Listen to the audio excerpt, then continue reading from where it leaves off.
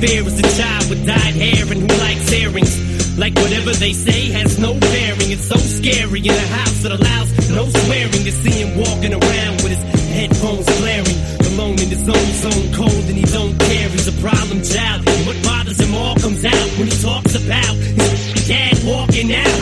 Cause he hates him so bad that he blocks him out. If he ever saw him again, he'd probably knock him out. His thoughts are whacked, he's mad so he's talking back, talking black, brainwashed from rock and rap. He sags his pants, blue rags and a stocking cap. His stepfather hit him so he socked him back and broke his nose. His house is a broken home, there's no control, he just lets his emotions go. I cannot say I know about his heroin because I don't want to ever feel like I'm dying. I like uppers. I like to feel like I'm alive, but I don't like an upper that keeps me lasting for long because I'm not miserable like how people get, there's levels to shit. Meth, you know what I'm saying? Crystal meth and Molly are long lasting. You need that effect for long. People who do cocaine and are not, they do it and they're functioning, and those people, they can, I don't know. And I'm like really high as fuck right now, and I don't like that type of shit, so I don't mean to tell you my business, but I'm super high because I feel like people don't know what the fuck they're doing to people, and they sell shit that's fucked up, and that's not good. That's not cool. Like,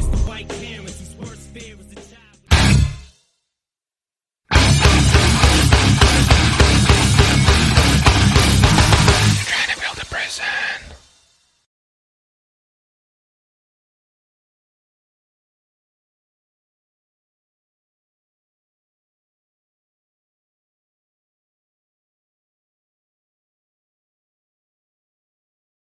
How you doing?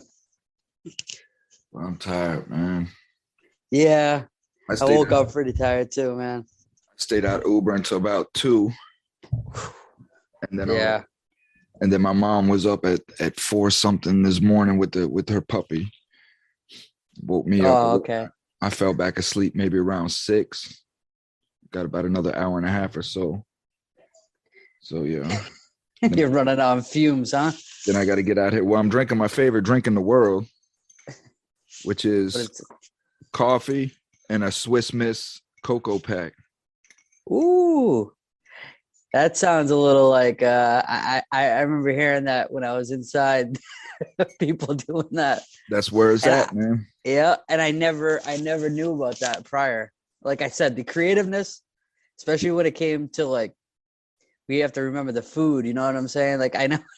Man, when I first ever had like just like some bomb ass food that I would have never thought to create, I was like, man, how come I've never tried or even thought about it? But then I thought deep down, well, there was a reason because you weren't in jail. That's why. Man, we used to take 3 Musketeers bars and drop them in our coffee and melt them down. We used to take we used to take like bread and ramen noodles and cheese curls and crush up the cheese curls and put in the ramen noodles, let it all melt down. And man, we used to come up with some concoctions and then just all wrap it up and like make a burrito, some crazy, but it was good, man, that you would smash that thing, Yeah. And it's funny because,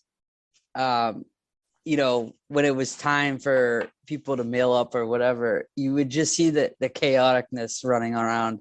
People go, hey, do you got this? I'll trade you this or that. And it's just like, it's like a, the little things, you know what I'm saying? Like, because you don't have much time to do anything. Well, you have a lot of time to do stuff, but not anything you want to do. So when that stuff came around, it was definitely like a big deal.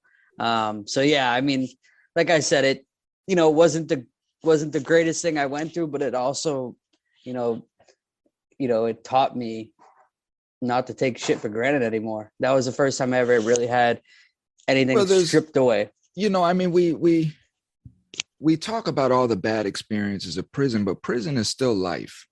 Like it's still society. And we as humans, we adapt to our environment, and within that, me being incarcerated as long as I have throughout my life, is there's a lot of moments in there where you had a lot of camaraderie with people that you met along the way that were good people, good dudes, cool people. You know what I mean?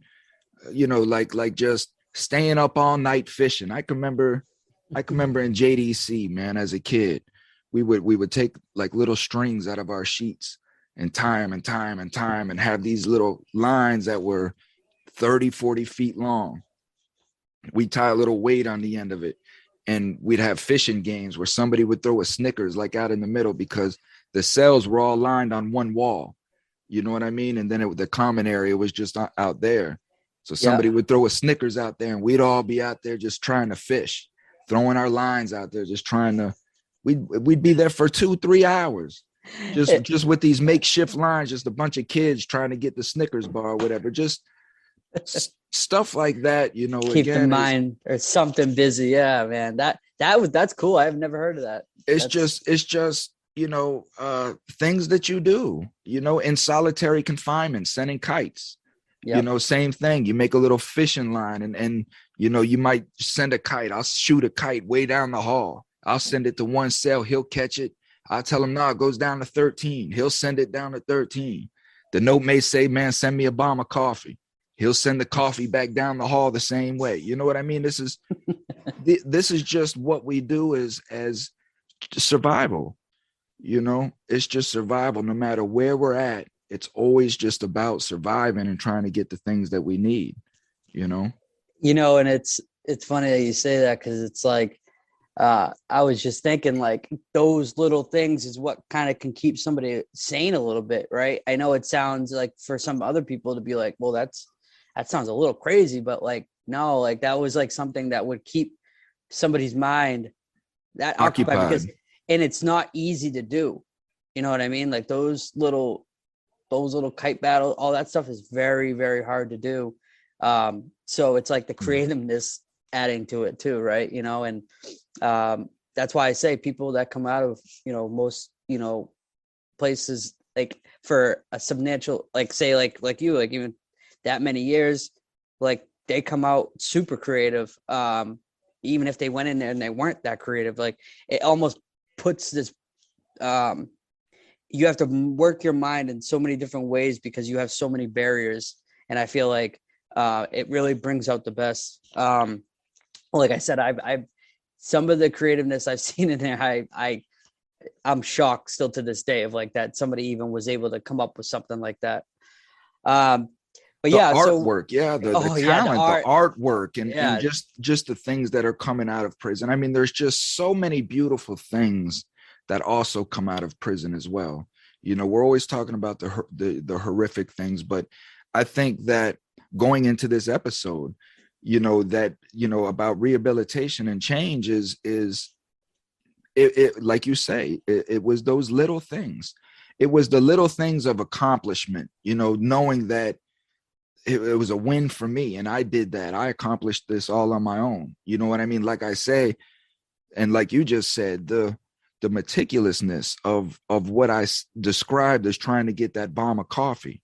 You know what I mean? You got a door with it's not like you can just stick your arm out and throw it down the hall. You know what? This is a solid steel door with like an inch gap between the floor and the door.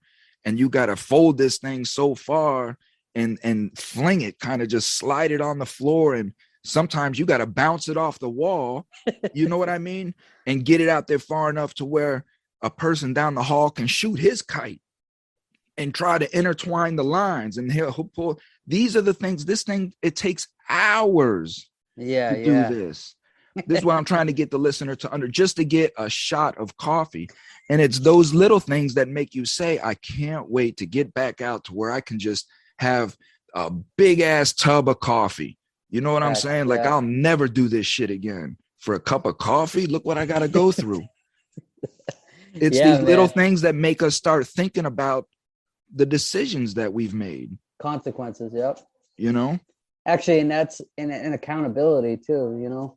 And I think once we get to a level of accountability, I feel like everything else starts forming its way to, you know, bigger and better things, because, you know, to be able to move forward after going through all stuff that we've dealt with, just never mind just jail stuff, just, you know, when you're younger, or, you know, dealing with things you never wanted to deal with, and like the mental health aspect of it.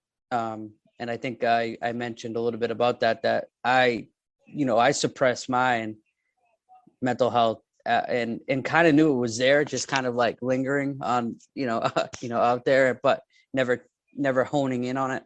And, I always, like I said, I grew up in a family that just you didn't talk about it, or even if you did talk about it, it was maybe 2 minutes of it or not even. Right. And then it just, I don't want to talk about this anymore. You know what I mean? It's just like, that's just the mindset I had, growing up. So it kind of carried into like when I got older and stuff like that. But yeah, I remember the last thing we were talking about was I was in jail, and Cynthia is the one that actually got me out of Bill Ricca.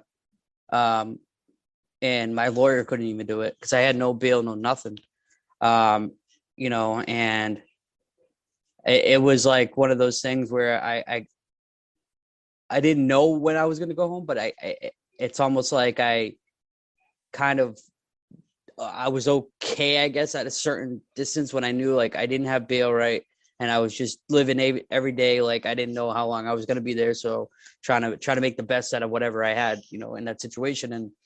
And like I said, dealing with like no phone calls, no, commentary, no nothing. But, like I said, I got inclined with a lot of the people in there. So like the runners and stuff like that. So I was able to make things work. And, I'm blessed for that, because I really don't know how things would have ended up, to be honest, because things were not good in there. They were very bad in there. And everybody's like, oh, it's Bill Ricca.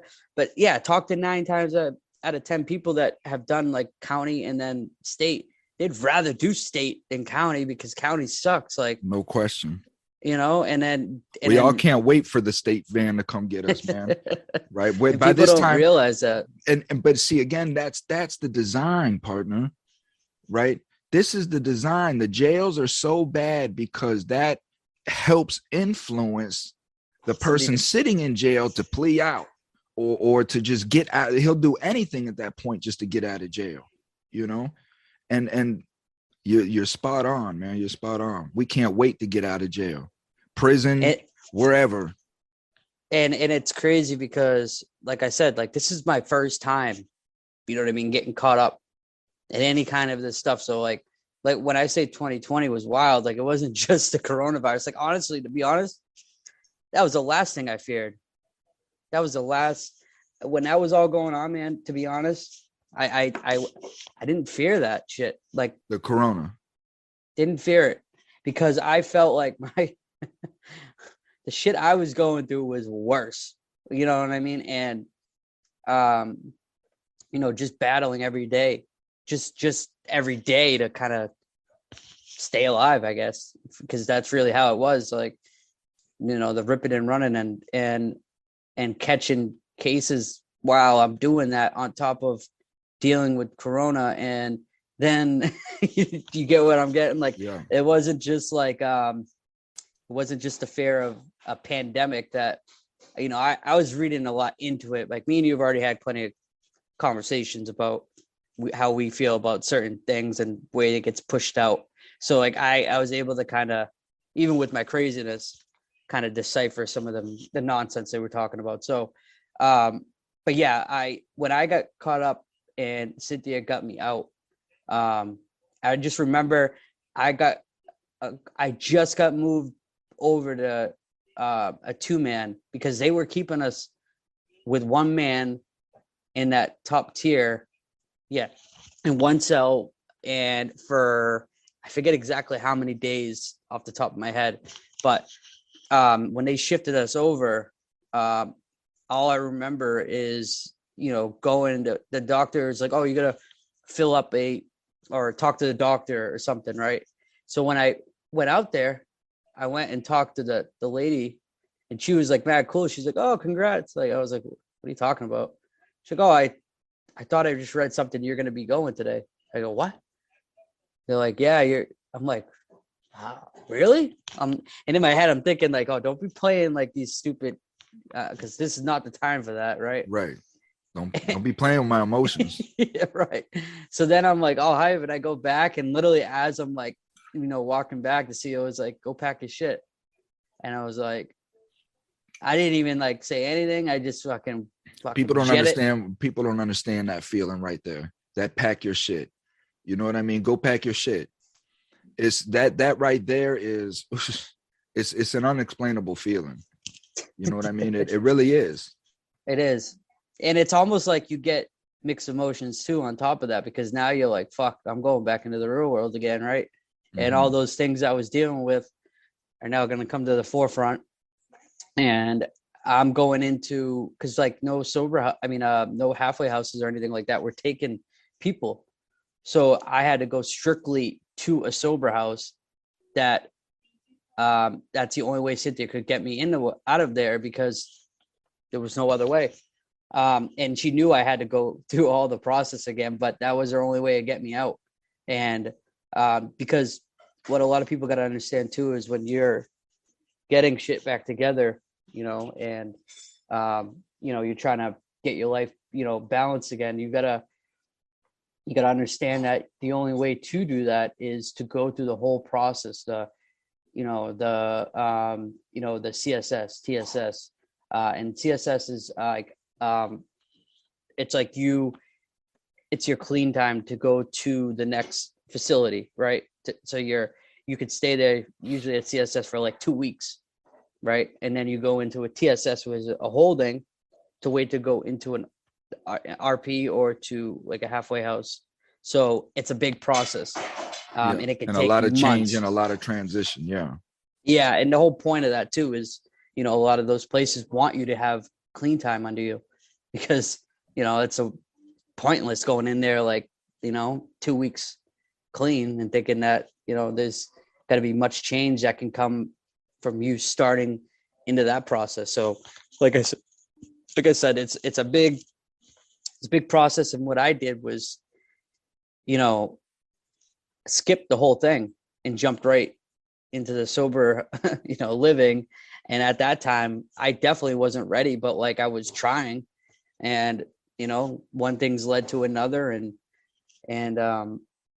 so that was that was 2020 when the riots were starting to happen. You notice all that stuff that was going on at that time.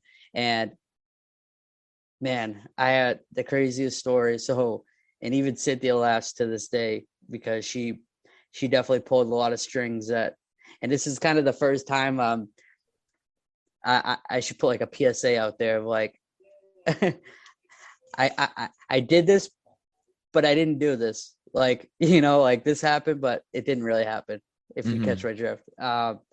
So, I had all that time still over my head, because I got out on bail. And then I also one night decided it was a great night to I guess to black out, but that wasn't my intentions. And when I did, because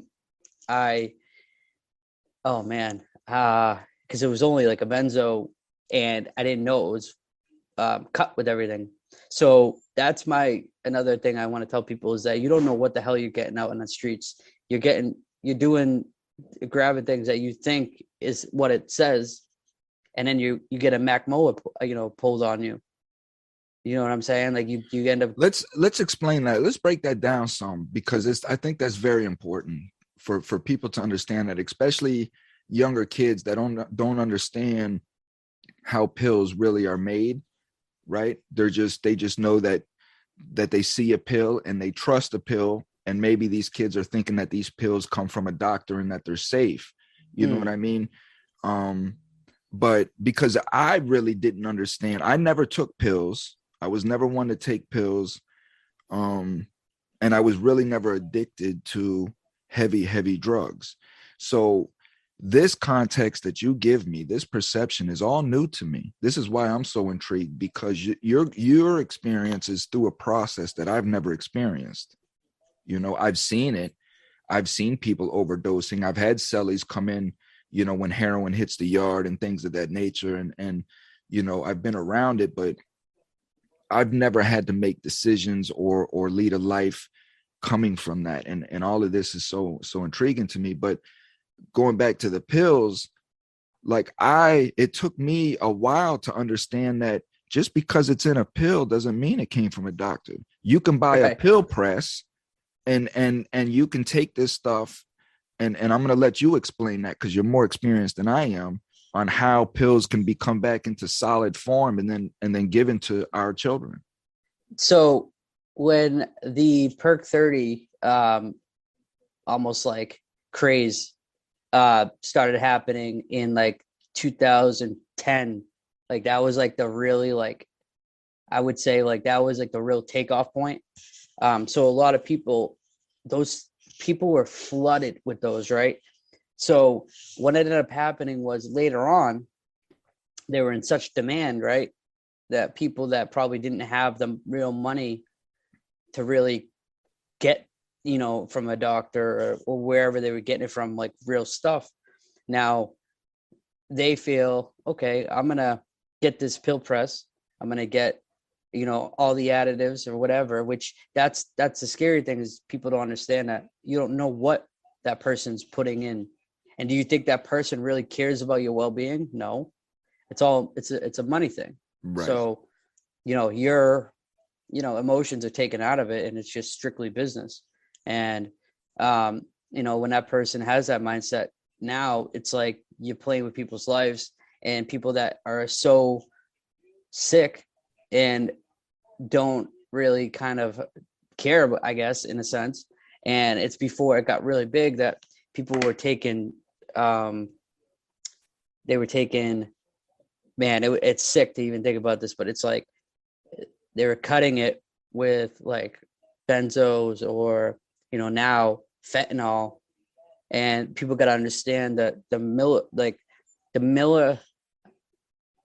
there's like the amount of carfentanil that it takes to kill, it's like 2 ricin samples. Like that's all it would take, because it's for elephant tranquilizer. You're talking about a beast that is, you're not 2 even 2 tons. Yeah, 4,000 pounds.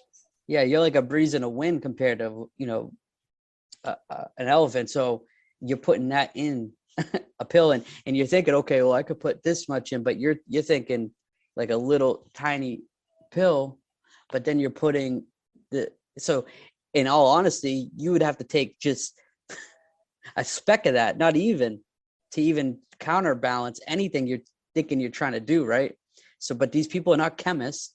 They're not smart, really, when it comes down to that stuff. Mm-hmm. So now it's like these kids are getting introduced into something that they never even knew about, like fentanyl. Have you experienced fentanyl? Oh my God, when I got into my worst, I was getting straight fentanyl because I kind of skipped over that. Well, there was this, you know, from our interviews, I have so much with my story, so there's some things I kind of just decipher, and there's a lot of things that I kind of leave. I don't leave it on purpose, just for like, you know, our sake of, you know, putting these together, right? So yes, I did, and it was bad.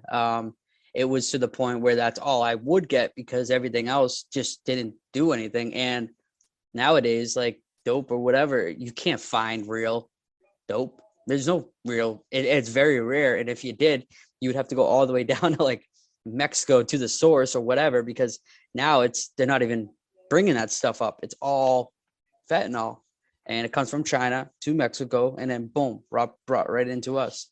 And this is honestly, to be, you know, this is all part of the plan. This is all, and I'm not even being a conspiracy theorist.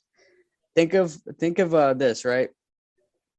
Like you're sending in a deadly combination to people that are willingly taking it, so that death doesn't even almost feel like it's somebody intentionally doing it. It's just setting it up, and then that person is going to eventually do it. And if you can take out the amount of people like China's seeing, how many people are dying in America from overdoses, and it's strictly from 18 up to 45 right now. That's the age bracket that's killing the most people statistically. And I just read an article not too long ago, several weeks ago, that up there in Massachusetts, I believe they were petitioning to put Narcan in elementary schools. that's no joke. To have Narcan in elementary schools. That means that these our elementary kids are getting this stuff and overdosing. Well, yeah. And the scary part about it is there's cops that are just doing normal searches, right? And even their canine is going in there. And that's where, you see where I'm going with this, right? They sniff a little bit of that around, and it's just in the air. Like it's not even like a direct like sniff. It's like in the air particles, and cops are falling out. You know, that's tragic. That's horrible. That's sad. Well, that's how much is the potent. That's right, the potency. But so we know it's going into Mexico. This is the thing. We know it's going into Mexico, right? And we now know, that's been in the news, that, you know, immigrants have been being flown all over the country in the middle of the night without anybody knowing, you know what I mean, on these secret missions, you know, these dark missions, as they want to call them. We have no idea who these immigrants are, what's on them, where they're going. But what we do know is that a lot of them are going to cities that are riddled with this fentanyl epidemic. Mm-hmm. So those are the facts that we know, and it doesn't look good, you know, and it's like, is our government pushing this into our communities, you know? You almost sit there and say, there's no, if this isn't intentional, then what is this? Like, that's what you have to ask. It's not like, you don't have to be an expert, right? You just have to understand logic, right? They're claiming they want to go over to Ukraine and fight for their border safety, and they're letting our border just flood open. So where's the logic behind that? If we're supposed to be the number one superpower. Well, it's almost like a repeat of the crack epidemic. It is. It's almost a repeat of the crack epidemic when they wanted to monetize the agenda down in South America. They used Rick Ross out of California to bring in the cocaine and push the cocaine the real Rick Ross. The real Rick Ross, Freeway Rick, which I did time with him in Texarkana, out in Texas. What? I've been trying to connect with him, man. I did time with him on the weight pile. We worked out and all that. And I've been trying to connect with him. He's on YouTube, he's on TikTok, but he's not responding to me. But see, again, he's got probably tons of people flooding his shit, huh, you think? Well, I think what it is again, because like I say, I know that he knows me. I know that he remembers me. Yeah. We used to be on the weight pile. We were writing, you know, he had his books. That was his thing, was books. And he had a dude named Seven doing all his editing. Seven's the one that edited my book. So we knew each other. We talked and all of this, but see, he was integrated with the CIA. You see what I'm saying? So there's no question in my mind that they told him when they released him, mm-hmm. right? Don't talk about your case. Yep. You know, don't talk about your case. Don't. And you know, it's all getting watched now. Like it's more accessible to have a lock on him, right? Because it's not like the old days where, you know, internet was just popping off. This is like everything we say and do is monitored. Like we're getting probably watched, and we're not even being conspiracy theorists by saying this. Like that's the thing that people say. The ones that want to go against people that look into things, oh, you're a conspiracy theorist. Like what? Well, that's the liberal when did that mind. Become perfect. That's a liberal way to shut down any kind of argument you have that's not in their agenda, not in their, you know, their realm of reality, you know, and right. And that's the liberal mind that thinks like that is, you know, again, ignorance is bliss, you know. Facts. Yeah. And that's why we're at where we're at, because we're ignoring scientific facts. We're ignoring straight statistics, and we're, you know, again, the liberal mind likes to make excuses, you know, and mm-hmm. likes to justify and create things that aren't there. So, but going back to that, that's why I say this is almost like a repeat of the crack epidemic. You know what I mean? Because this fentanyl is being pushed all over our city out of the blue. I mean, this just rose up as far as I've been hearing it to this extent within the last 5 years or 10 years. Yeah. So when I would say that it started getting heavy was early 2000. 2015. Yeah, 2015 was the start of it, right? But it was still like not like that normal. But what was crazy is when I grew up, remember I said how my sister was extremely sick and all that. Mm-hmm. She was getting those fentanyl patches. So that's the only time I've ever heard of that. Isn't that what Michael Jackson died of? No, his was a different kind. That's not the milk stuff, because he was always crying for the milk. He wanted his milk. It wasn't fentanyl. No, it was actually a strong base sedative, I think, for surgeries. Till you go down to anesthesia. It's like in that middle ram. And it helps you sleep. So that's not fentanyl. No. Fentanyl, I'll put it this way, right? Fentanyl is, it's super potent, right? But it doesn't have legs. So that's why you see people that they can get a bunch of it, but it doesn't last like dope will last. It has legs. So you can do it. Like crack. Right. Like crack compared to coke.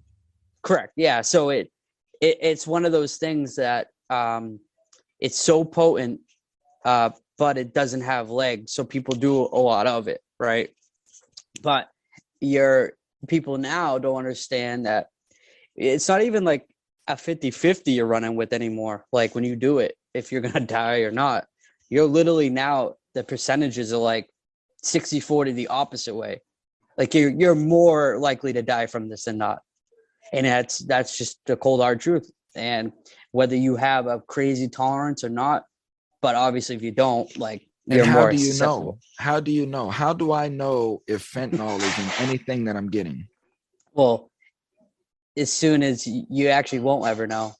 You won't, because by the time you can't taste it on my tongue, or I can't break it open and look at it and see it, or I can't. I mean, so when I was getting good at the fakes, right, we're knowing what is like, M's were the most easiest pressed, and they were the most ones to fake because the layout of it, right? If you ever go and research this, right, and you're popping this up, showing the viewers what an M looks like, what, an A, K, V, all these in the same realm of a Percocet. I have no idea what those are. And this is going to be cool for you because you're going to actually take what I say here, and I would love for you to show the audience like the difference, but the same substance. Just it's a marketing aspect, right? It's like Carhartt versus something else, right? It's like it's the same brand, but you're branding it different.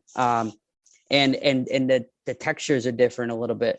But it's crazy because you could pop it open, and a lot of people would light it on fire.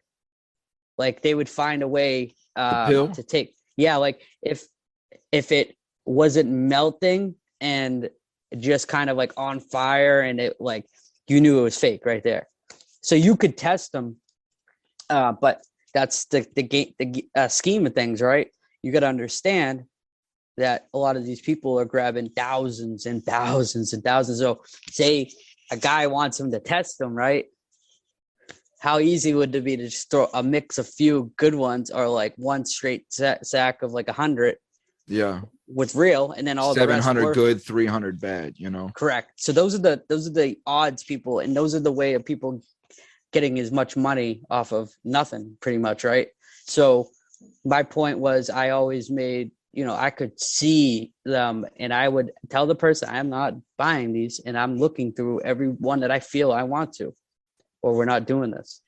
And I was very aggressive when I was an aggressive person. So either we weren't going to do that there, or I'm not getting gypped out on anything.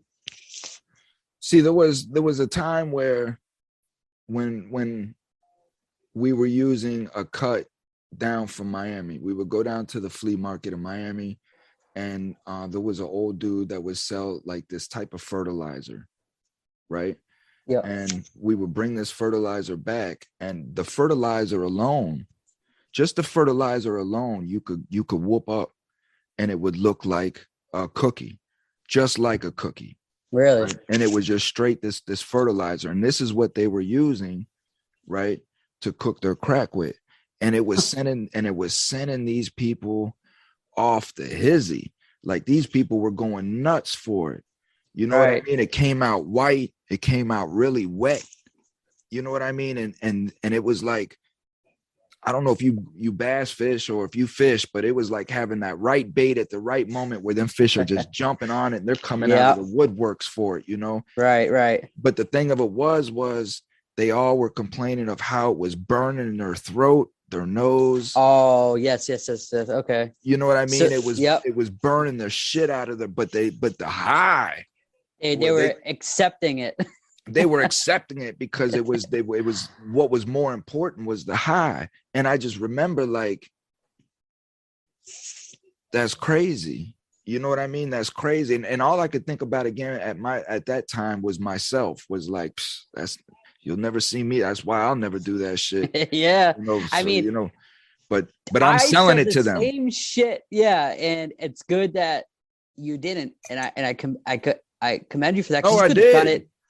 Oh, I was selling the shit out of it to him. That's what I'm saying, you know, because no, like I commend you not doing it because that takes a lot of power, because it's so easy for you. But what does Biggie say? Well, what it was high on your own supply, you know. Well, that and just the atrocities that I was seeing human beings do for that stuff as a young kid, and I was like, man, I was more scared of it than anything. Yeah. You know what I mean? Because I was more scared of it because I never wanted to be that. Right.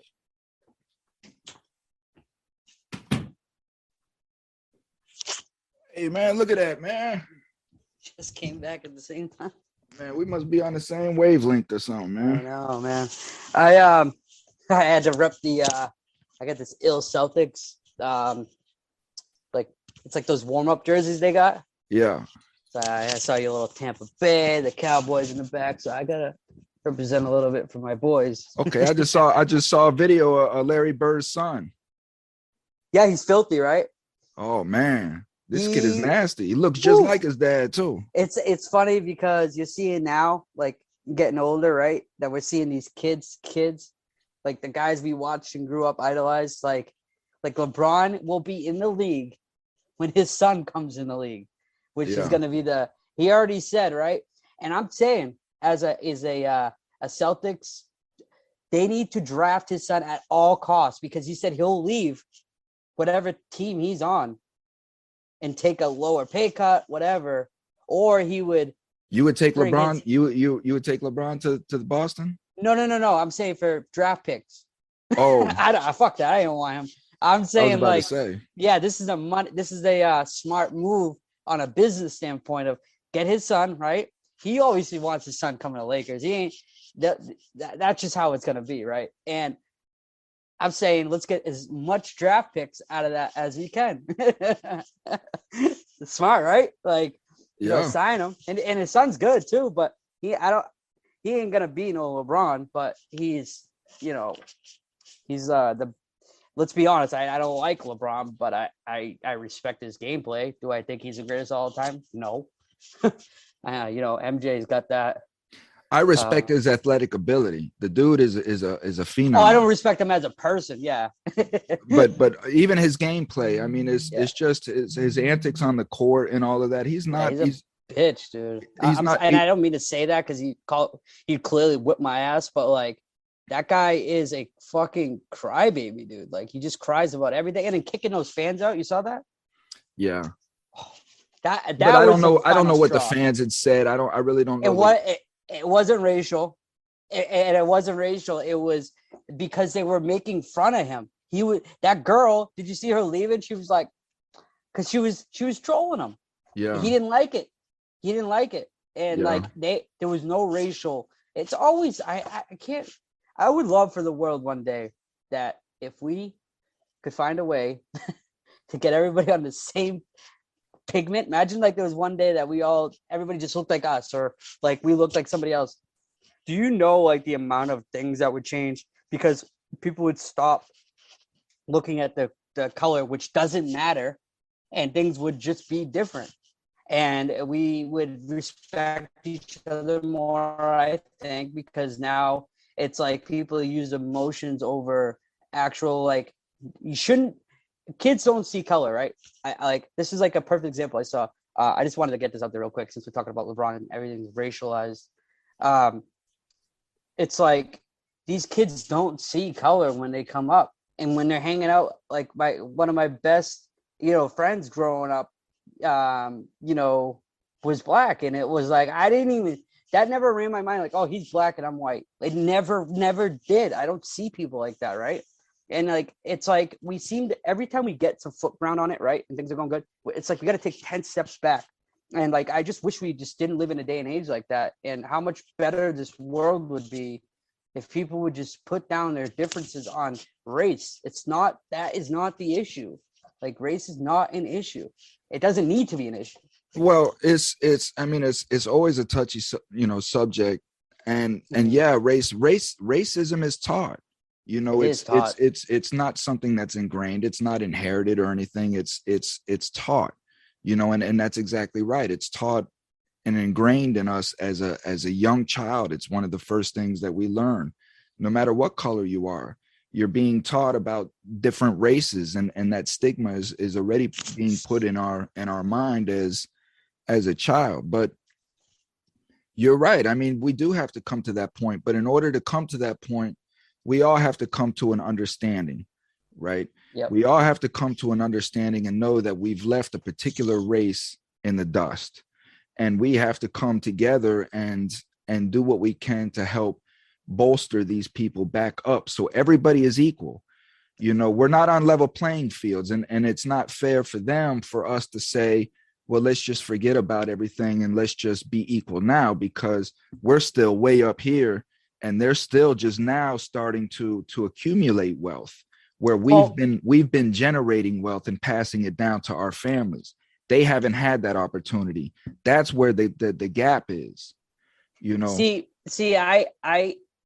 I respectfully disagree with that, only because the way I look at it, right? Do I feel there is injustice out there? Absolutely. Do I feel that in certain ways they're suppressed? But I feel that when it comes to the wealth, I would love to, for us, just for me and you, just for just research purposes, right? We could just dude, there is some serious wealth coming out of the minority. There is now a way more CEOs, and I know you say the way that it got passed down over time, right? In that, these kids inheriting this and that, inheriting this, but bro, there is plenty of kids and CEOs that have transferred wealth to their families, to other people, to other things. My thing is, where I come with an issue with BLM is the money has never given back to the Black community, which it should have. They should have been getting, those neighborhoods should have been getting the money. That stuff all got funneled to another entity, that lady that was like the founder of BLM. Bro, she bought neighborhoods and bought mansions in white neighborhoods. Well, we're talking about organizations, and I know for a fact that many Black people don't associate themselves to Black Lives Matter, but yeah. I was just saying, as a whole, like a movement, yes, I mean, I could see where, I'll put it this way. I don't fully disagree with everything you're saying, right? And I just think there's parts of it that I feel different. Well, again, what we're talking about is just the facts of what we know in history. And when you go back and when you go back to redlining, and you understand what exactly redlining was, and you understand that the poor communities were always the communities that were designed to be demolished in the name of expansion. Yeah. Right. They weren't knocking down the rich houses to build roads. They were knocking down the poor houses to build roads. Correct. So these houses get knocked down. They're only given, pennies on the dollar for their property. So there's never no transition, is what I'm saying, where we as a whole, as a collective whole, have been doing that. And then when you get into the education, you have to remember, kids were just Black kids were just allowed to enter into the school system into the 60s, really. So you're talking almost 100, 200 years of just no evolution on that. Yeah, I see what you're saying. That's why I said I agree with like a lot of what you were saying. But my only thing is, right, and you hit that right on the head. That was like perfectly put. Yes. But that's the inequality that I'm talking about. Yeah, but I would say would you be more inclined to think of it this way though? Let's think of it as in poor, right? White, poor, anything.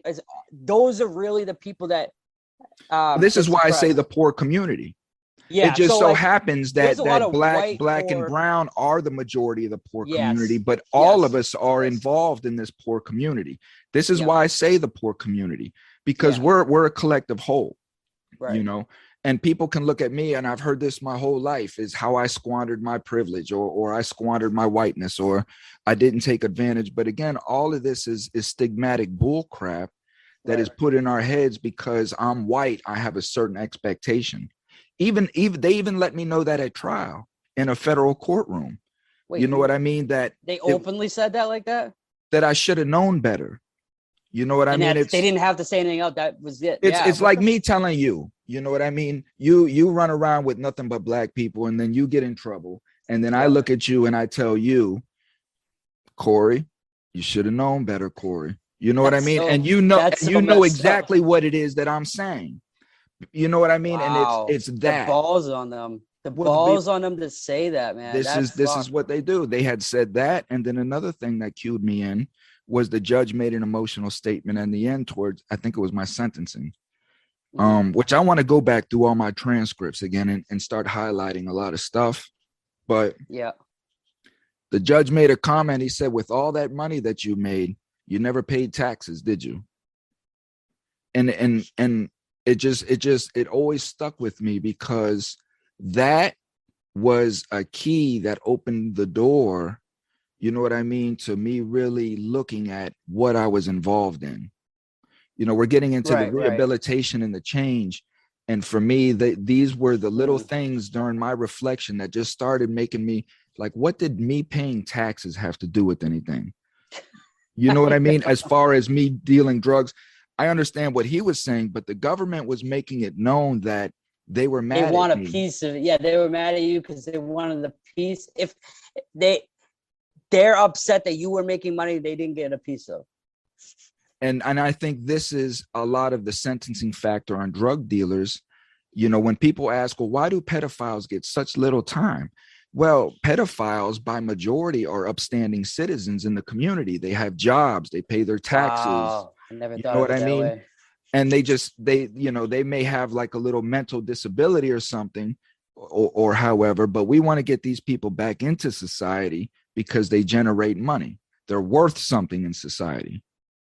They don't care really what they do. They just want them to be able to generate things. That's so fucked. And that's so right. Wow. I never thought of it that way.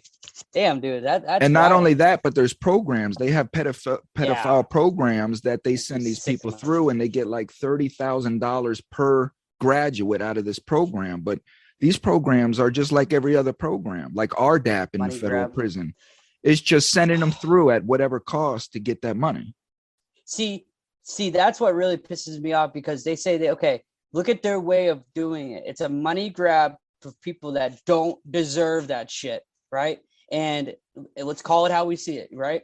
And then we also have people that they look at as somebody that was a drug dealer, right? But they don't know anything about them. They don't know if that person was taking care of their mom, or, you know, for my brother's situation, like for us to eat and just get by because of the circumstances they were dealt. Like they don't ever consider those options too, right? They want to they put you in one box and you're labeled like that box all the way down. But then you look at the way they treat, you know, these people that are doing horrible things to kids that don't ever deserve to walk the face of the earth anymore, that they give them second, third, fourth chance. It's like, man, when are you guys going to wake up and realize that these people just, that is not working. And now you're throwing an incentive money for people to try to get them adjusted back to society, when my program and my organization that I work for is actually doing change for the community. And you could just throw my program into jails and the education aspect and them coming out and getting a career off the rip. Like, look at the difference that you could teach somebody that is very good with numbers, like yourself, very good with the selling, like even in dispensaries, right? Knowing the product, really connecting with the individual. Why don't we have that shit in there that could really be teaching these people that sold drugs, right? But stop vilifying them as, because they didn't pay taxes. Get over it. Okay, now what are we going to do about it? This is a perfect example of why mass cultivated and what it can do for people that have records now, and they also have this experience with drug dealing, but you can take that and flip that into a positive thing, as in farming, right? You could take dispensary marketing. There's so many different angles to hit. CBD concentrated. Man, the list goes on. There's so much demand out there now. If they threw in mass cultivated and help these people get educated, schooling, record sealed, back to society. Tell me that isn't like that is the answer right there, because but again, like fired up. even that in its sense, right? And speaking on the taxes, didn't pay taxes, but yet what the silence is, the elephant in the room that nobody wants to talk about is what drug dealers, how do I want to put this? What we generate, you know what I mean? How much of a hit would the marketing, would marketing, these big corporations with the clothing line, the cars, the jewelry lines, you know what I mean? The shoe lines that drug dealers spend billions and billions of dollars on each year. You know what I mean? Right. And these are all cash deals. You know what I mean? Yeah. So again, how much is, to me, it's just an agenda, right? It's agenda, because they know by putting these drugs in here, right? These drug dealers are going to generate a lot of cash. A lot. They're going to draw cash from people. They're going to generate a lot of cash. They're going to live a flamboyant lifestyle. That cash is going to then go into these companies. You know what I mean? These marketing companies. So it's not like we're not paying taxes. Yeah. See, they don't really look at it that way. But that is true, though. You look at all people that quick money, fast money, even for me too, right? The amount of money that I was sinking into the look at the music industry, bro. That's huge right there in itself. Like mics, instruments, all these very lavish, expensive ticket items that do generate taxes. Like let's call it how we see it. It's true. It's these people, they vilify it, and I'm glad you put it that way too, because you're really making me think on every spectrum of it. And I like that, because these are the conversations I love to have, because it really puts people that are maybe going through it, right? Or just getting out of jail, right? And is like trying to figure out, shit, what can I got a record, right? I got a felony, but what can I do about it? And I just want people to know that there are avenues, if you're doing it the legit way, to take and to use your expertise that could do wonders in the cannabis industry. And I think that's such a big thing that they are almost hiding from people, because they know, but they also are slowly, they can't do anything about it now anymore, right? They can, because of the federalization on it still, right? That we're still trying to fight. I actually am. It's so cool that I got these opportunities now to on legislation, right? And I have, for mass cultivated too, they're using me.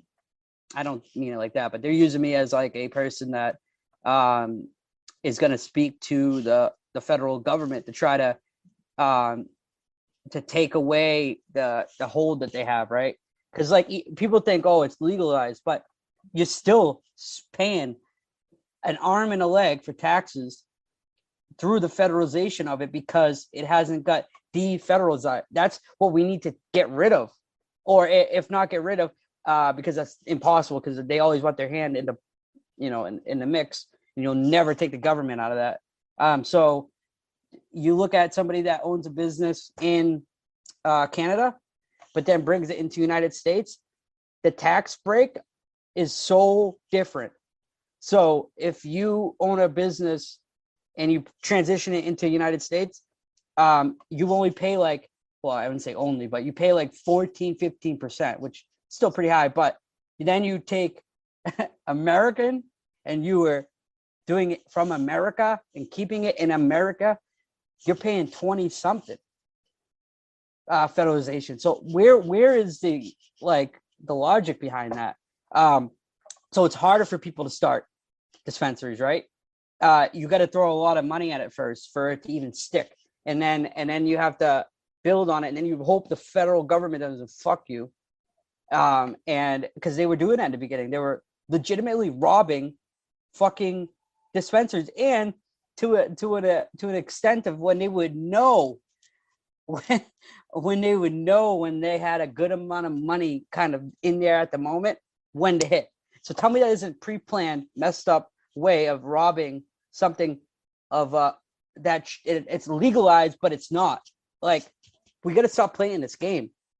You know what I mean? And I'm sick of these the duality. Awesome and these awesome entrepreneurs that turned their life around, own a dispensary, but now all of a sudden is getting hit with these fines and robbing them. And now these people, you're almost telling them, hey, start doing it illegally again. I just wanted to make that point out there that like, because we're talking about the reform aspect, right? We're kind of like, I like this conversation where we're jumping it into. Well, it's just it's going back to the sentencing aspect where the judge said what he said, but it's all of these little realizations, that we just spoke about. It's all these little realizations that made me start to understand that I was an agenda. You know what I mean? Once I understood that I was just the bad guy, like Tony Montana says. What he said is so true. I'm the bad guy. I'm the one that you need me. You need me so that you can point your fingers at me and say, there's the bad guy. That's the bad guy.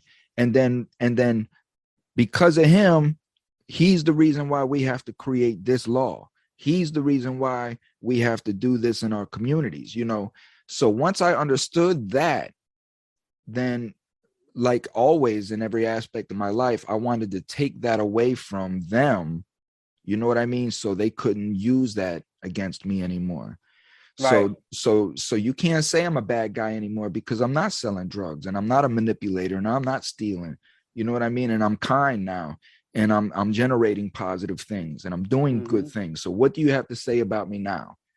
And it was that kind of attitude is what made me want to change, because I didn't want, at the end of the day, homie, it was me asking myself, like, Thomas, when you go and you want people to speak on you or remember you, what do you want to be remembered for? Like, what do you want your legacy to be remembered for? You know what I mean? What do you want your legacy to be? Is it that he wasted his life, as a drug dealer and fighting the system and all of this stuff? Or did he generate something good? You know what I mean? Even if he helped one or two people, but did he generate something at least good for humanity while he was here? Did he help progress humanity? Right. That's strong. That actually gives me like goosebumps thinking about that, because that was my mindset too. Like, here's my thing, right? And it kind of hits me at this point, like, it's devastating, right? Because so me and my grandmother, we're super close, right? And she went to bat for me every time I hit that bottom and was trying to do the right thing. And she saw the will and the determination in me. But it got to a point where things out of our hold, because everybody else wanted to get involved and know what, even though like half the time we were just like, we'd wish for them to mind their own business because you're my grandson and I want to do the best for you. And I know how much determination you have. So it's like, she never got to see, even though she didn't pass away. She's got Alzheimer's now, and now she's never gonna know. But that's something I play every day, and I don't let it get to me. I just want to put it in perspective that, like you were saying, like you want to be remembered for the good, because they knew I always did very well, but then I would fall down, right, and then I'd get myself back up and fall down, and you know, she never saw me be able to be where I'm at right now, because, you know, her memory, you know, and but I always got to remember that it's not like when that disease happens that she's going to remember the bad, you know what I mean? So I got to remember that. And I, at this point, just have to keep doing good for me, most importantly, because that's what you did too, right? You had to come to a realization that you couldn't do it for anybody else but yourself for that moment, right? And that's how I took it, right? I had to take care of my shit first, get myself back into almost like everyday normal, get up, make your bed, brush your teeth, take a shower. You know what I mean? Like those things that I took for granted because I was ripping and running, and I left a lot of that stuff on the wayside. Like I didn't take it like somebody being a bit better person, and not taking and being a manipulator and pushing my views on people, whether they wanted them or not, or why don't you believe me and all that bullshit that I was so done being that, and I wanted to prove to people, but I also wanted to understand, and also took that time to say, listen, you could prove to the world you're doing better. They don't have to take that, you know, and that took a while for me to understand that, like, that you won't get kudos for everything that you're doing, or you may never get the recognition you think you deserve, but once you like accept that, it's cake. You know, you're like, all right, what's the next thing? You know, what's the next thing? Because now you're not doing it for anybody's appreciation. You're doing it for strictly yourself, and for you know, for whatever family you have in that moment of that's around you, and that's seeing what you're doing. And you don't, it's all, for me, words don't matter. It's all action at this point. So you know, I could get a couple years clean, or a year and a half or whatever, and I could make one bad choice and be right back out there doing stupid shit because I know how easy it is. So I have to continuously, on a day-to-day basis, do better and show myself that I am, there's a reason I'm still here, and that there's a reason I didn't die. Because this is like kind of where we're going into is the trying to get that recovery aspect, right? Like how I was trying to do better, but there was still, remember I said, like, I had these ups and downs, and then once I got into the legal aspect, now it was like, oh shit, I got legal time on me, but I also have you know, life or death. Like shit is just, I need to get a hold of myself, right? And when I remember looking at myself in the mirror in jail and saying, is this going to be your life? Like, are you going to be that guy that comes in and out of these places like your father, and just be remembered as somebody that had so much potential but threw it away? I literally like stared in the mirror at times and said that to myself, because I knew that I had to get some point across to myself, because I was fighting my inner self on an everyday basis. And like I said, I didn't deal with my mental health. So what I did was, as soon as I got out of, when I remember I got into that sober house in Worcester, like I said, I was doing good for a little bit. You know, I had my meds, getting my meds situated, right? I was, you know, trying to, I just didn't have the meds right yet, right? So like I didn't, that's the thing, was people got to understand that medication and mental health, you might go to 2 or 3 different medications before you find the one that suits you, because everybody's different. Everybody's chemical balance is different.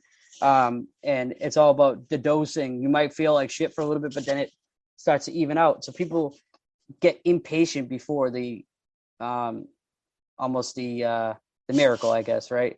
Feeling normal, like not people like us where we are constantly no rest in the head, just and it's exhausting. Mm-hmm. I just wanted a little bit of peace of quiet that I could sit with myself and be okay with that.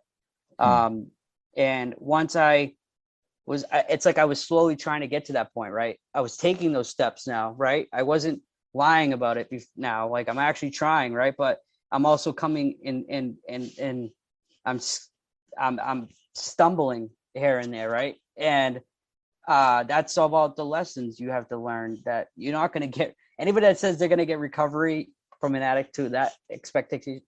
It's a lie. They never have done it. It's not ever happened. I don't care what anybody says.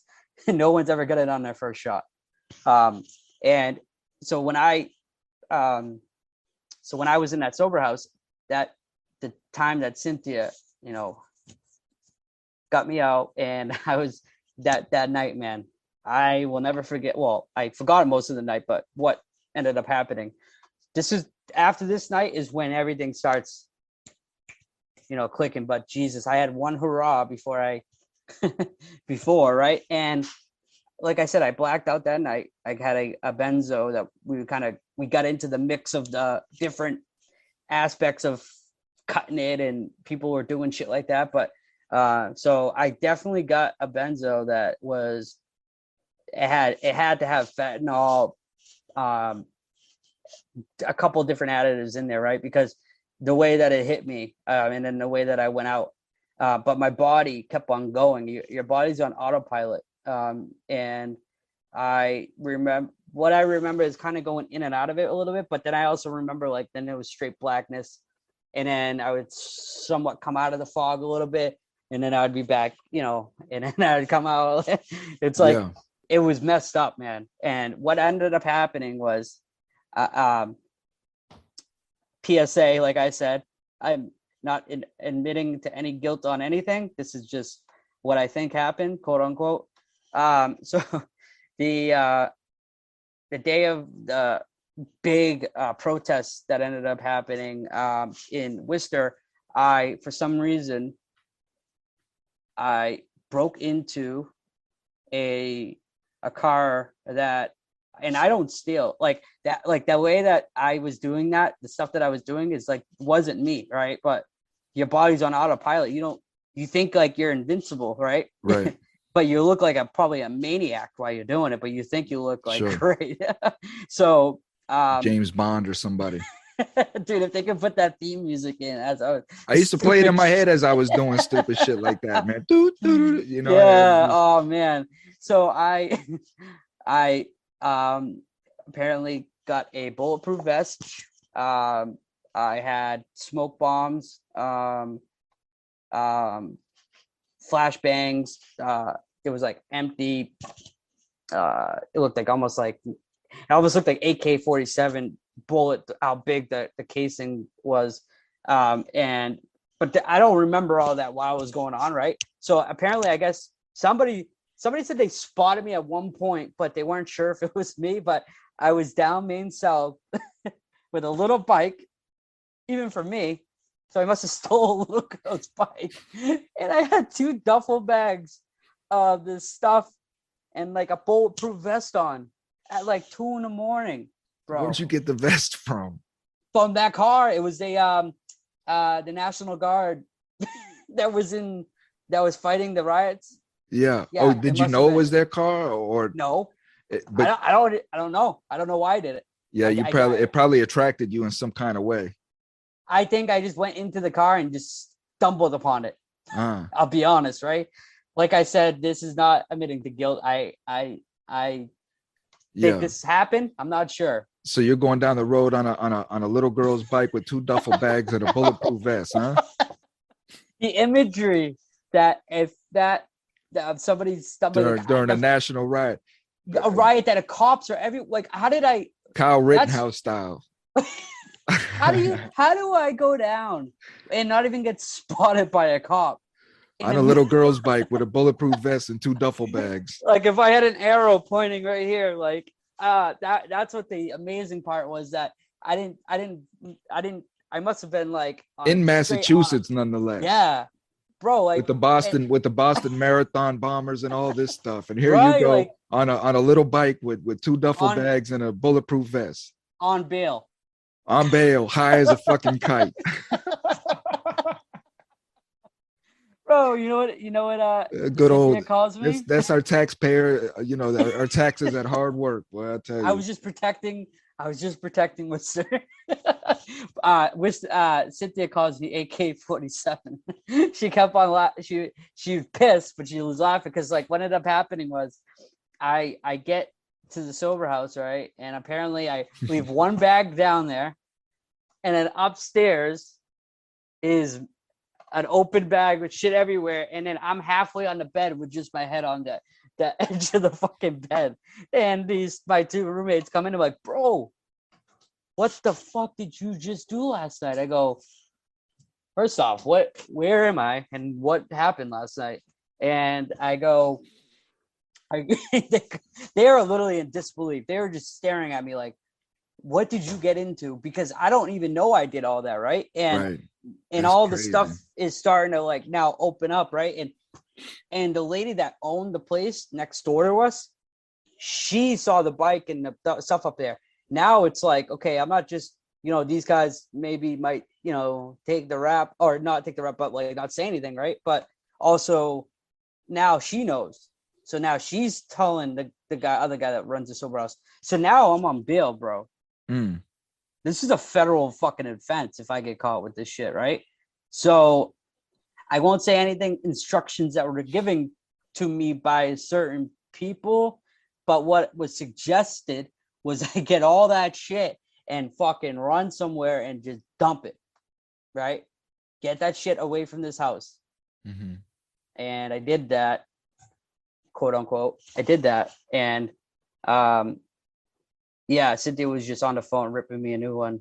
I got you out, you fucking idiot. Mm-hmm. She had every reason to say what she said to me that time, right? But she didn't give up on me. That's what I want people to understand, that Cynthia's that person that will go to bat for you, will ride with you on the side of you, but also will tell you what it is, right? Because she will, whether you like it or not. But because, she knows that if you keep letting shit happen like this or there's no consequence, she knows that where it can lead. And she's seen it too many times. So I was suggested to get rid of all that, and I had a fucking iPad and stuff like that. I had to like smash it because I didn't know about the tracking, right? And like if it was getting tracked or whatever. But what was told to me is I dodged a very big bullet, a very big AK-47 bullet that night by somebody that I'm just going to leave it there. But that day they told me, he said, listen, call your PO and say that you fucked up and that you relapse. It's either that or this. And obviously I take that all day, because what would have if I would have added the offenses, I probably would have had that compared to, you would have an idea. I would be doing some fucking time, dude, and no little time. I'd be doing some years, a ton of years. So because I'm on bail too, right? So I had to get all my shit together, right, real quick. After all that nonsense running around, getting rid of shit, I fucking cut my arm open on a tree branch because I chucked it and I put it under, like, you know what I'm saying? I had to get rid of everything. So go ahead. I'm sorry. Yeah. No, it's okay. Yeah. So what happened was from that is that I called my PO. I said, listen, and they didn't answer. I left a message. I said, I'm going into a program. I slipped up. Right. So I got right in the spectrum that day. And I don't even have a real, I don't want to say that, but it's not like I was using a lot. It was like I fucked up that time and it bit me in the ass. Right. So it's not like I really had to go into treatment with a fucking habit. Right. But did you analyze that? Did you, why the relapse in that moment? Bro, you know what it was? I went out with one of the kids there that night. And we were just, we hung out with a couple girls. And then like after that night, like he ended up getting a taxi back and I just wandered off. Like I said, I just lapsed the judgment.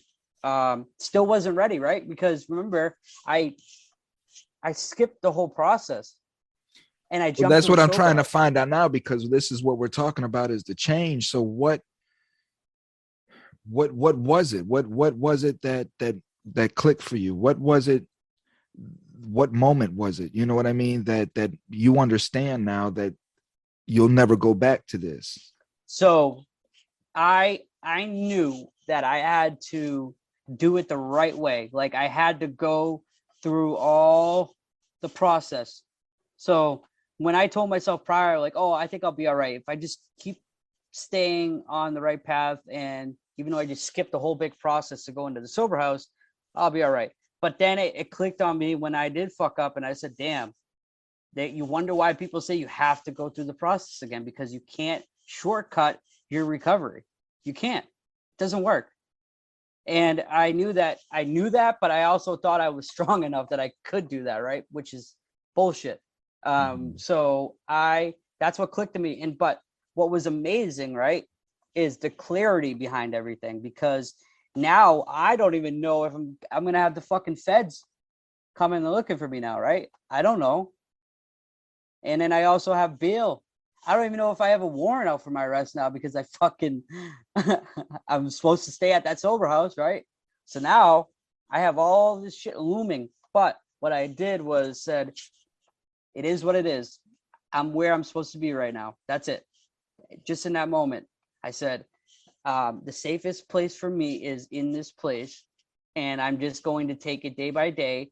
If consequences come, so be it. I can handle myself, but I also want to get my shit together. This is exhausting. It's exhausting. And I just remember how, like, so that's what it was. It was the exhaustion. It was the tiredness of seeing. For me, it was kind of the same, because I was realizing that I was using more of my life's energy trying to deceive people that I was a good person.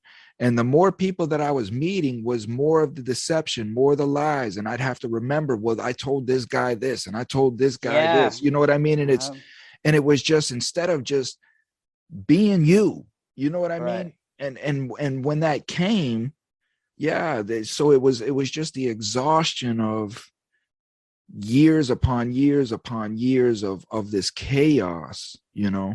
Mm-hmm. So I relate to that. Yeah, and accountability, right?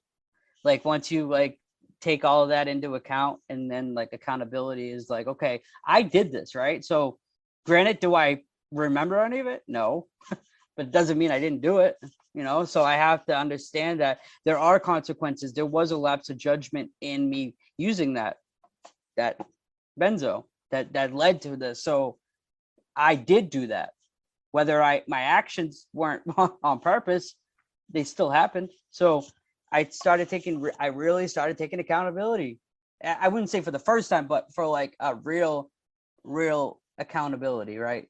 Because now the unknown is out there, and I was okay with it. Mm-hmm. So I was like, fuck it, whatever happens, you know. But and what does that look like? What does that accountability look like? So like, say if you're doing something that you know is wrong, what do you tell yourself? Like, are you saying that when I was doing the things I did? No, once you started taking the account, you know, once you come into the awareness that you have to start taking accountability, and what does that look like? Like, how are you holding yourself accountable? So what I did was I called after the quote unquote detox that I really didn't need, right? But I went to the detox thing, and as soon as I got up to the CSS, I called my PO and I was like, hey, I screwed up, but I'm on the right track. And I'll take I literally told her I'll take whatever comes my way, but she heard the sincerity in my voice. She even said that. She's like, if you weren't in detox that day, she said, I wouldn't have called off the warrants. That's what she did. She called off the warrants. There were warrants. So if I wasn't out that day, I was fucked, right?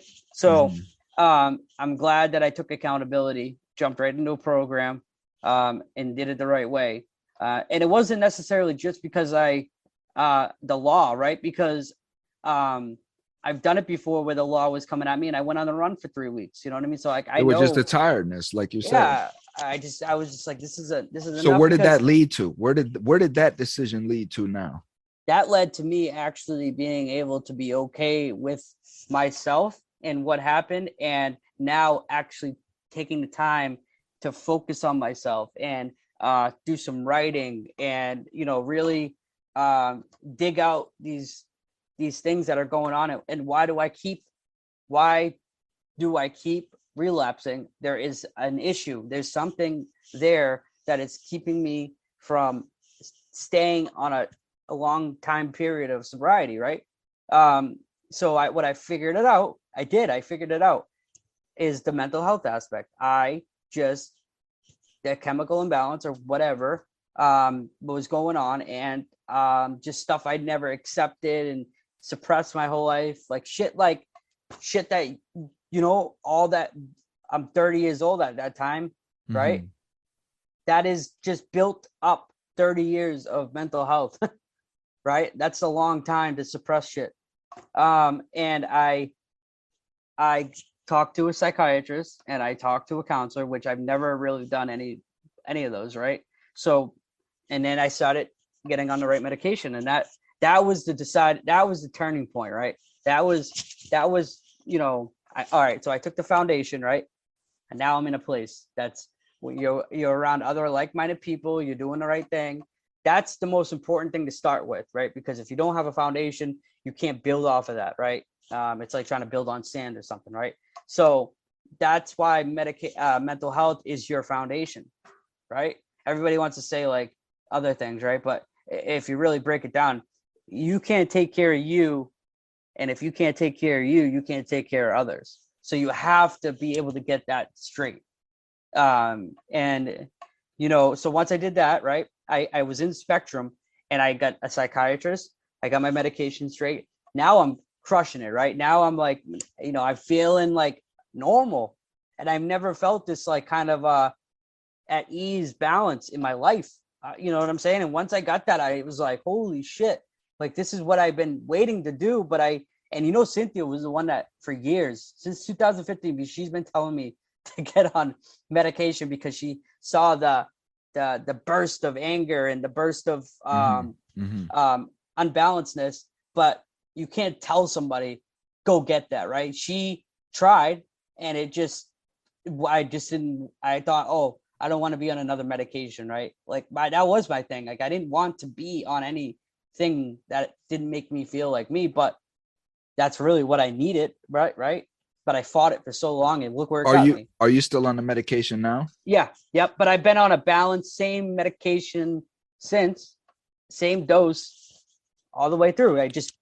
It's worked, and I haven't needed to adjust anything. I haven't needed to, substitute it with any. It's literally the best decision I ever made, and that's what I want. And it is. It's definitely because, again, the stress when our body stresses, as we uncovered in, as we talked about in a prior episode, but as our body stresses, it creates a hormone, and that hormone it deteriorates the body. It does, right? It eats the tissue of the body, and over time it can deteriorate the mind, but just many organs and functionalities of the body that produce different hormones. Right. And when that chemical imbalance occurs, it can alter our thought process and whatnot. And the medications are supposed to help balance that chemical, imbalance. But for me,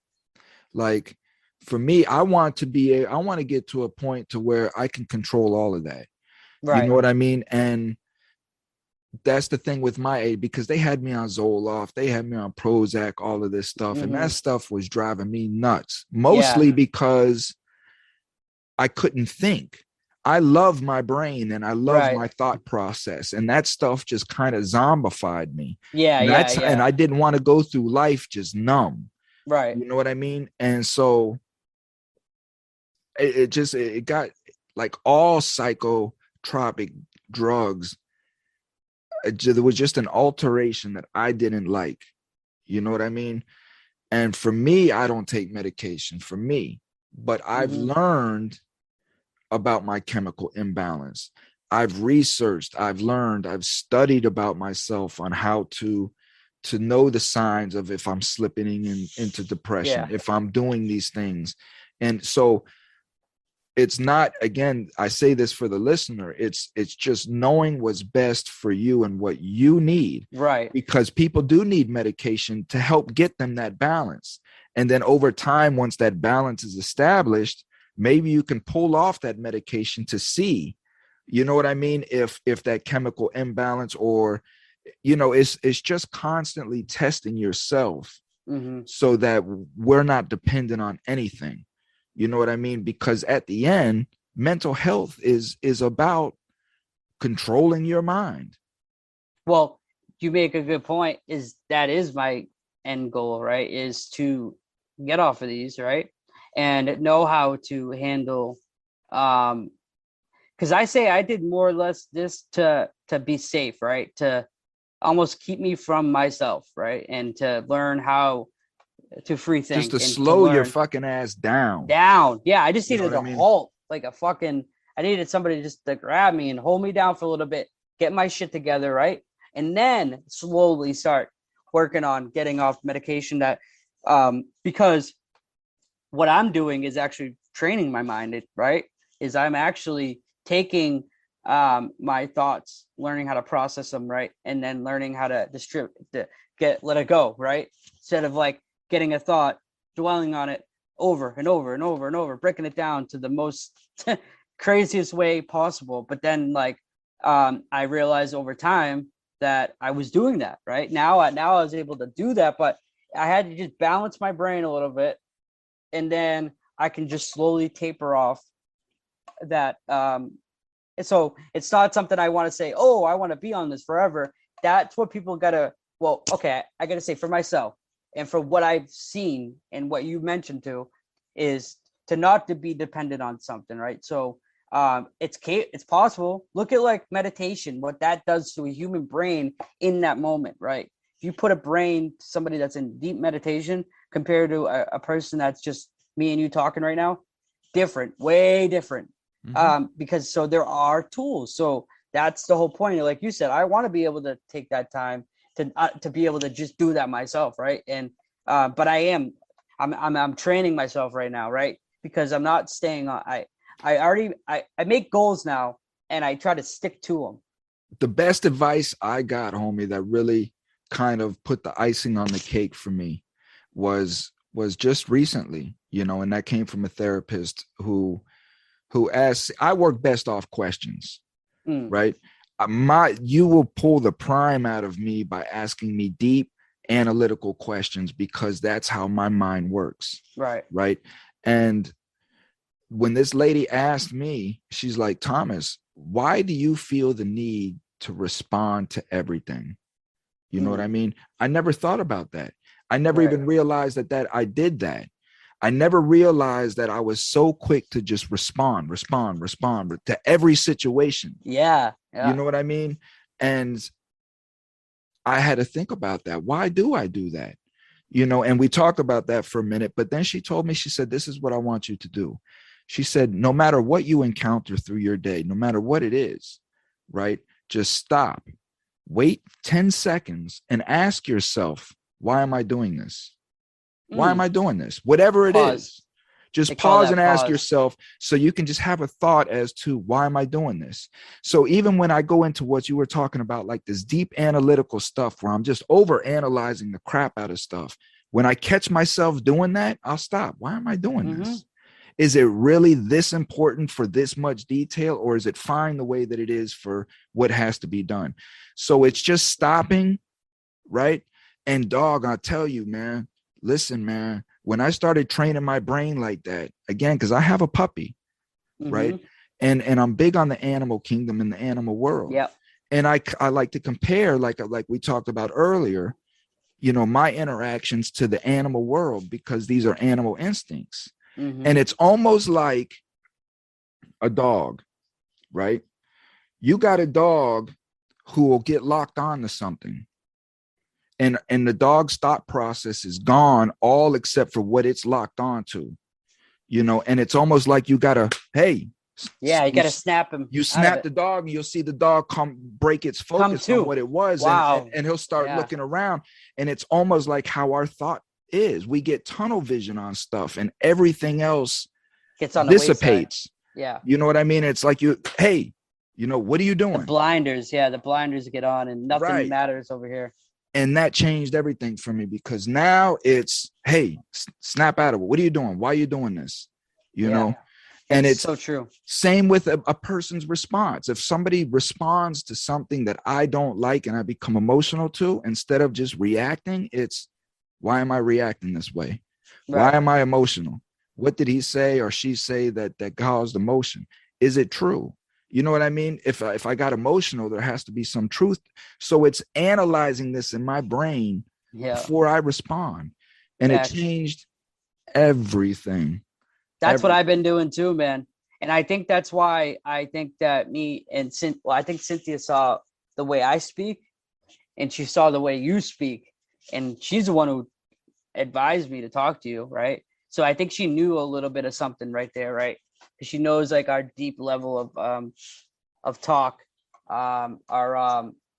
just our deep level of our consciousness, consciousness, our analytical minds. I could tell you're a very analytical person.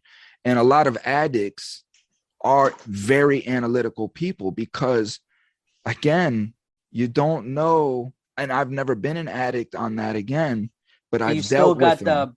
Well, the thing of it is I've dealt with them on a daily basis. The stories and concoctions that they come up with just to try to get high, you know what I mean, is phenomenal, and it's to no extent. Like they'll go to any extent to try to con me out of some dope. So it's knowing, and me, like you were saying, me being the analytical person I am, understanding what they're doing and how they're doing it and why they're doing it. It's very complex, man. Like we are the human being, the human mind it's baffling. It's like baffling the things that, and we don't even are able to use full of our brain. We only can use a little bit of our brain. 10%. And that's why, I know that's a whole nother topic. I won't even go down that rabbit hole. You probably already know where I'm going with that. But so awesomely, that was actually really well put, because those were the thoughts and the way to break down for me to not be or go back to my old self, right? Because my whole thing now is I got to change everything, right? Because they say, you could take the drug out of the person, but the person is still the problem. So now you have to fix the way you would go about things. So like, that's why they say you have to work on yourself, because you're going to go back to the same stuff. Not that you want to, it's just because you don't know any other way. And I want people to understand that. I know it takes a lot of work, and I know it's a pain in the ass, and I know you're going to fall more than 1, 2, 3, maybe 4 times, or maybe more, or you're still going at it. But you have to understand that there is a solution to it. And I'm a prime example of somebody that has been through it in every form of way that you could possibly think.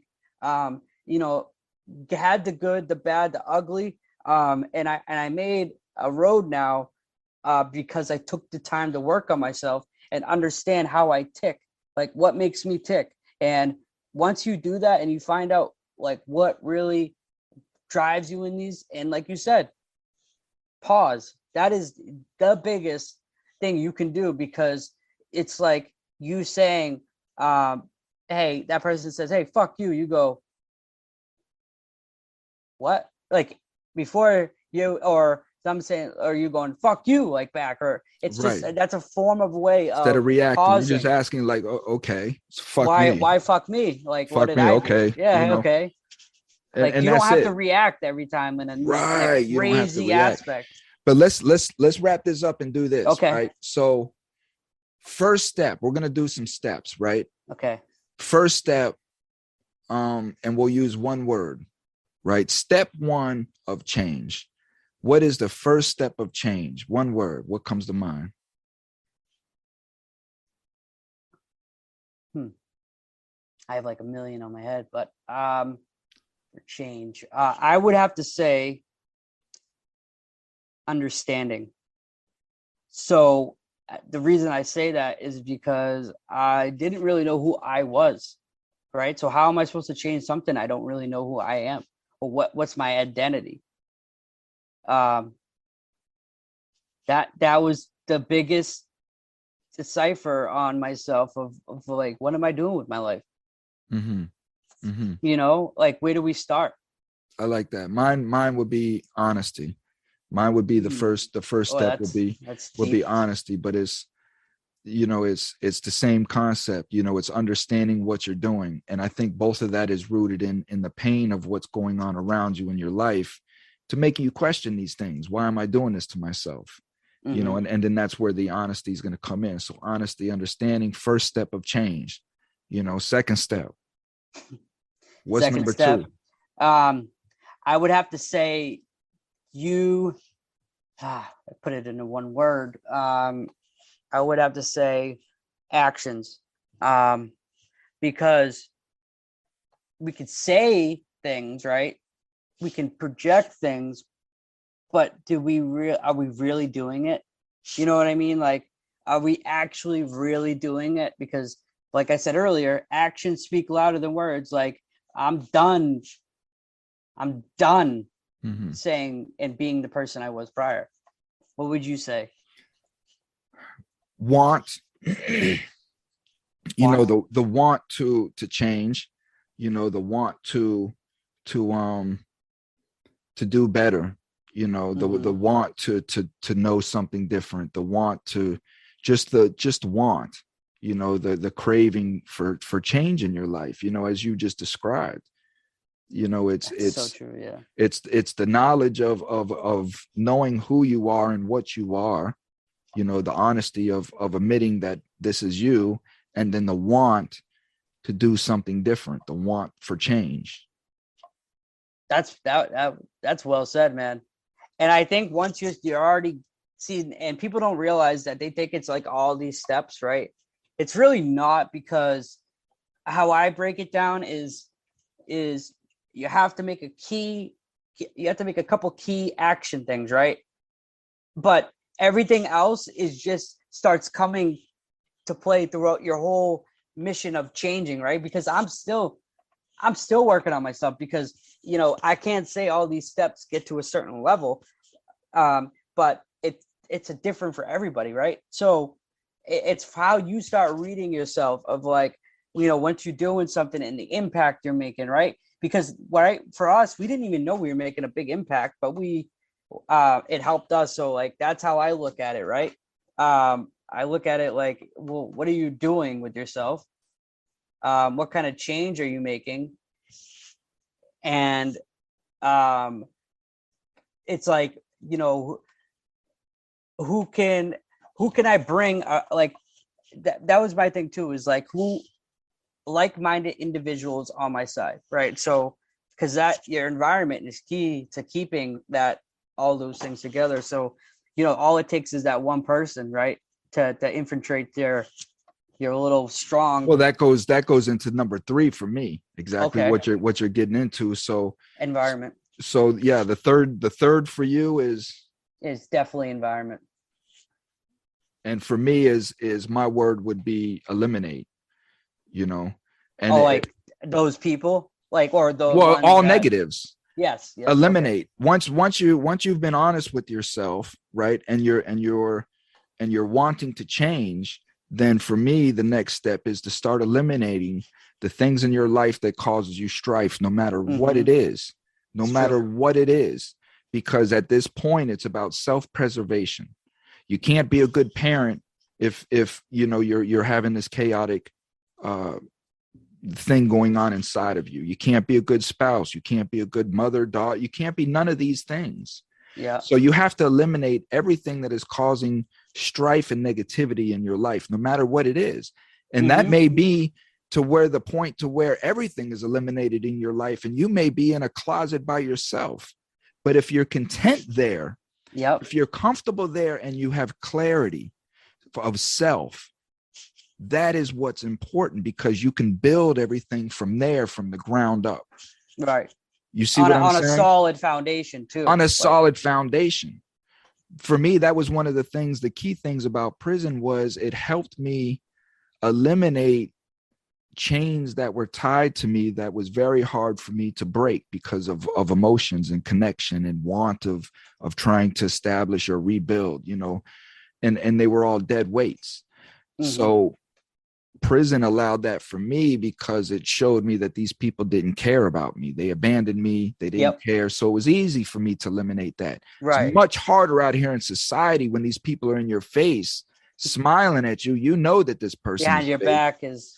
You know what I mean? You know that you can't count on this person, but you just don't have the gall to hurt this person's feelings because they're going to be all dramatic and, oh my God, I'm your best friend. But they're an inhibitor. Right. And they're triggering you. And you, again, go back to step 2, step 1, which is the honesty. Yep. But so it's eliminating everything in your life that is causing you to go backwards. Right. That makes a lot of sense. And what's crazy is, building off of that, right, is our next little step and where we're going into the next. I would definitely say knowledge, right? Because now knowledge for me is wisdom to, schooling, right? Taking that time to actually go and get a career started, because I know that I could do all the things that we're stating right now, right? But like, what am I doing to better my life, right? Obviously all those other things are very crucial of starting that, but you need to be able to take that time to get a career started, is to be able to understand that by doing these things is making you come and want that knowledge and that drive. It just brings up so much motivation that you didn't even know you had prior, but you're bringing it out of you because you've already done all the things to change yourself. It's like a whirlwind, right? And everything's starting to align and coming full circle, right? And those things that all that hard work you did to change, everything just starts, right, piling. It's like it's doing it for like, because I'm not getting in my own way anymore, right? Remember what I said way back is like getting out of yourself. Right. You are the biggest obstacle, because we are getting our own way. Whether things could be great, but we seem to get in our own way. And once we start letting that shit go, man, and knowing what's the real important things out there, like family, friends, a career, like something you're passionate about. Like once you start like aligning all those things together, I feel like everything else, just all these blessings will just start, and you radiate all that stuff, right? It radiates off you. Like all these people seeing, like, bro, I get like messages all the time saying like, dude, like, man, I cannot believe what you're doing right now. And what's manifestation? I mean, it gets into manifestation, personal vibration, the works of the universe, the works of God. And that's the thing is just working in a godly manner. We're built and made in the image and likeness of God. We were placed here in the physical presence of God to work in his favor, to do his works. Lying, cheating, stealing, manipulation, all of these things of ego is not of God. You know what I mean? And that's the thing. When we come to that, that's what helped me with everything. It's just ultimately me saying, you know what, my whole life I've always cheated. My whole life, I've always cut corners. My whole life, I've always took the easy way. Let me try this hard shit one time. Let me just try the right way one time and see if it really works like everybody says. And I haven't regressed because it's been working for me. And that's what I told myself. As long as it continues to work for me, I'll do it. But other than that, I have to give it a try. And that's just what I've been doing. And I've been trucking, man. Like you say, things are just coming left and right. The people, the love, the support, the connections, the opportunities is there. And I'm struggling now, but it's a different struggle because one, I left a toxic situation. So I have my mental peace back. Yep. Right. And two, I know that the struggle, this is part of it. You know what I mean? Part of the process. Yep. It's part of the process. So it's a different struggle as when I was out there going against the grain, struggling, Right. not seeing Which was light. much harder. Right. Yeah. Because you don't see no light. You never see a Right. way out. You Yep. know what I mean? But here you see it. You see the light, and it's something that you can keep I can carry a cross as long as I see where I'm carrying it to. Yeah, like the fact that you have more peace of mind that is allowing you to see the bigger picture, right? And Absolutely. instead of you being in that no hope, other end, there's nothing good that comes out of that, because you don't have a vision and you don't have any hope. And once you lose hope, you lose everything. And that's one thing that you're saying, is that always keep that hope alive, because for me, I didn't even know if I was going to get these charges on me while I'm doing so good in this program, right? And I'm just thinking in my head, okay, this is part of the process. This is part of the process. I literally just kept it like that, right? Using almost like Bill Belichick's thing, do your job. Just do your job right now, and everything else will come together. And I did that. I became the house manager there, right? And that everybody had a vote on me. 20 something guys, grown ass men, struggling, but seeing a actual person that they feel that they can stand behind. Or he'll fight for me, or like, something's not right, he'll go to bat for me, right? So that was the type of things that pushed me to get where I'm at today, because it just kind of showed a part of me I didn't even know I had until I took the time to really start working on myself, and all those things came up. And that's the thing I'll challenge people is, do things that make you feel uncomfortable, right? And you'll see how everything else will start to unravel in a good way, because you're not fearful. I'm telling you. Once you're not fearful, like we talked about prior, is once you're not, like for me, right? I never had fear of talking to girls, right? Never. Even when I was younger. It's because my brother, think of my brother, right? He's 8 years older than me. I'm going to high school parties. I already got all that out of my system of that way to how to handle talking to girls and learning about girls at young age, seeing tits at flashing me, like, because I'm my brother's brother. So it's like all those things were me that I already had, right? But there's other things I didn't know I had later on in life. So that's why, by you changing yourself in a positive way, brings out all that good stuff that you didn't even know you had, And that's it. That's it in a nutshell, man. This has been a great conversation, man. I know, man. But that's how I wanted to wrap this up, is that, bro, like, we're doing what we're doing what we feel is right? And once you feel like we're doing something that's right, everything else, it just has a purpose. And if we could touch one person, that's all that matters, right? And that's it. And we don't even know what that purpose is. It's just, again, the same message, man. It's just doing what you know is right, and I know that this is right. This is where my expertise is at. You know what I mean? I'm out here trying to run around and learn a trade or I'm maybe go to school for something else, but this is my life's work. Right. This is what I've been ingrained in since I was 13 years old. You know what I mean? So it's just being comfortable with who you are and what your experience is and making the best of that. Yep. You know what I mean? That's just turning a negative into a positive. Nobody did it better than Kim Kardashian. If she can do it, I can do it too. She can do it, yeah. You know what I mean? She took a negative and turned it into a positive and became a billionaire out of it. You know what I mean?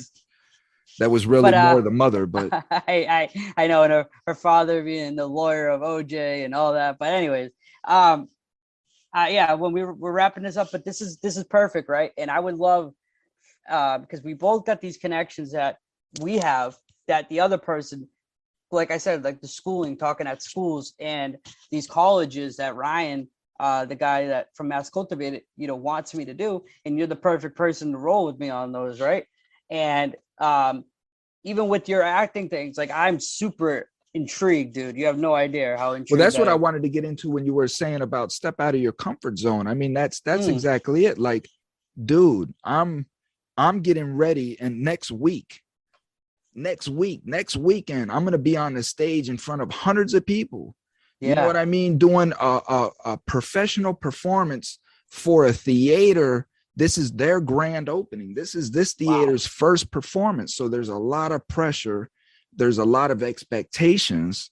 Yep. And this is my first performance. You're going to crush it, dude. You know what I mean? I may get out there and see all these people and run out screaming, pulling my hair out. Who knows? You know, I may just panic the shit out. I'm going to have a lot of... I see what you're saying. You're going into the unknown, but that's awesome, but the thing of it is, though, homie, is I tell like this panic will come in. I can feel it. You know what I mean? When I start letting my mind start thinking about things like that, but I tell myself instantly, and this is for the listener, tell myself, man, I'm a beast. I'm going to go down here and smash this shit. Yeah. I don't know what the hell you're talking about, ego or pride or whatever the hell you is trying to creep in, but I know I can go smash this. And how do I know? Because I put myself here. You see what I'm saying? I'm here for a reason. These people did all the hard work. So it's just having confidence in yourself and knowing that you put yourself in this position, and then it just ultimately is up to you. You know what I mean? So it's perfectly put, man. Oprah Winfrey says it best. The recipe for success is preparation meets opportunity. You know, so it's you creating the opportunity and being prepared for it. And it's gonna come in success every time. So, brother. Awesome. Absolutely, man. Let's try to do these. We'll talk more off this. Yeah, we got more to come of this here. We're gonna start putting this maybe a weekly show together or something like that. I'm down with that. And I would love to get feedback from any of the listeners or whoever heard, or, you know, what they want, topics, you know, they want us, you know, I think that would be cool, man. I got so many topics I'd love to run with you, because I know I can dig so much out of you that would actually be like, oh shit, never thought of it that way. So that's awesome.